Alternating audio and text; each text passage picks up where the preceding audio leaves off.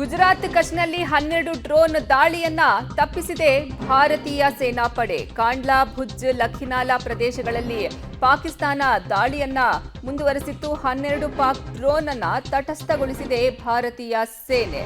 12 Pak ಡ್ರೋನ್ಗಳನ್ನ neutralise ಮಾಡುವಲ್ಲಿ ಭಾರತೀಯ ಸೇನೆ ಸಕ್ಸಸ್ ಆಗಿದೆ. ಗುಜರಾತ್ ಕಚ್ನಲ್ಲಿ 12 ಡ್ರೋನ್ ದಾಳಿಯನ್ನ ಪಾಕಿಸ್ತಾನದಿಂದ ಮಾಡಲಾಯಿತು. ಕಾಂಡ್ಲಾ, ಭುಜ್, ಲಖಿನಾಲಾ ಪ್ರದೇಶಗಳಲ್ಲಿ ಪಾಕಿಸ್ತಾನ ದಾಳಿಯನ್ನ ಮಾಡಿತು.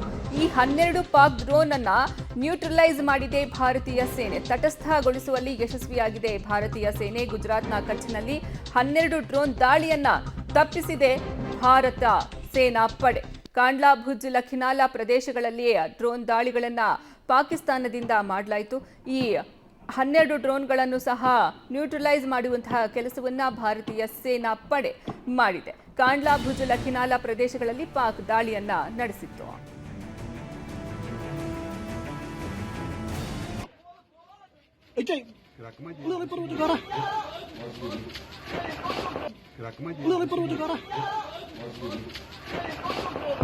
Fire.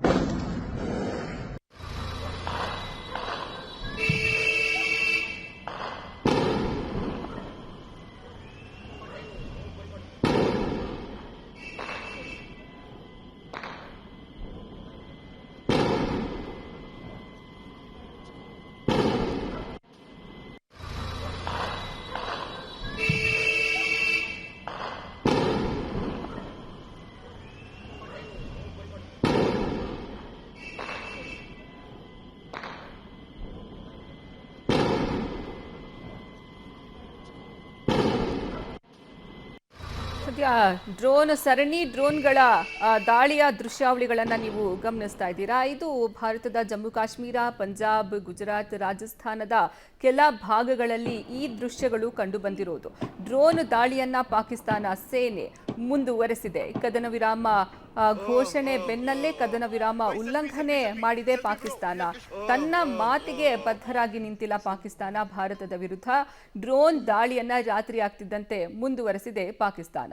ಇನ್ನ ಈ ಡ್ರೋನ್ ದಾಳಿಗಳನ್ನ ಹೊಡೆದು ಉರುಳಿಸುವಲ್ಲಿ, ಹಿಮ್ಮೆಟ್ಟಿಸುವಲ್ಲಿ ಭಾರತ ಸಹ ಸಫಲವಾಗಿದೆ.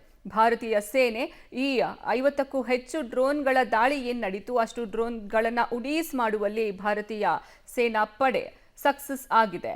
ಇನ್ನು 12 ಪಾಕ್ ಡ್ರೋನ್ ತಟಸ್ಥಗೊಳಿಸಿದೆ ಭಾರತೀಯ ಸೇನೆ. ಇನ್ನು ಗುಜರಾತ್, ಕಚ್ ಈ ಭಾಗಗಳಲ್ಲೂ ಸಹ ಭಾರತೀಯ ಸೇನೆ ಯಾವ ಡ್ರೋನ್ಗಳನ್ನು ಅಟ್ಯಾಕ್ ಮಾಡಲಾಯಿತು ಆ ಡ್ರೋನ್ಗಳನ್ನು ಹಿಮ್ಮೆಟ್ಟಿಸುವಲ್ಲಿ ಭಾರತೀಯ ಸೇನೆ ಸಕ್ಸಸ್ ಆಗಿದೆ.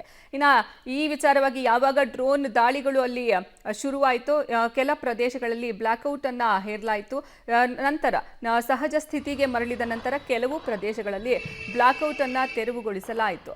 ಮತ್ತೆ ಪರಿಸ್ಥಿತಿ ಉದ್ವಿಗ್ನ ಆಗ್ತಿದ್ದಂತೆ ಕೆಲ ಪ್ರದೇಶಗಳಲ್ಲಿ ಬ್ಲ್ಯಾಕ್ಔಟ್ ಅನ್ನ ಮತ್ತೆ ಅಲ್ಲಿ ಹೇರಲಾಯಿತು. ಇದು ಶ್ರೀನಗರದಲ್ಲಿ ಇದ್ದಂತಹ ದೃಶ್ಯ. ಶ್ರೀನಗರದ ಕೆಲವೆಡೆ ಡ್ರೋನ್ ದಾಳಿ ಮುಂದುವರೆಸಲಾಯಿತು. ಇನ್ನು ಇದೇ ವಿಚಾರಕ್ಕೆ ಸಂಬಂಧಪಟ್ಟಂತೆ ಜಮ್ಮು ಕಾಶ್ಮೀರದ ಮುಖ್ಯಮಂತ್ರಿ ಒಮರ್ ಅಬ್ದುಲ್ಲಾ ಅವರು ಸಹ ಟ್ವೀಟ್ ಮೂಲಕ ತಾವು ಇರುವಂತಹ ಪ್ರದೇಶದ ಸುತ್ತಮುತ್ತ ಅಲ್ಲಿ ಸ್ಫೋಟದ ಸದ್ದು ಕೇಳಿಸಿದೆ ಅಂತಲೂ ಹೇಳಿದ್ದಾರೆ.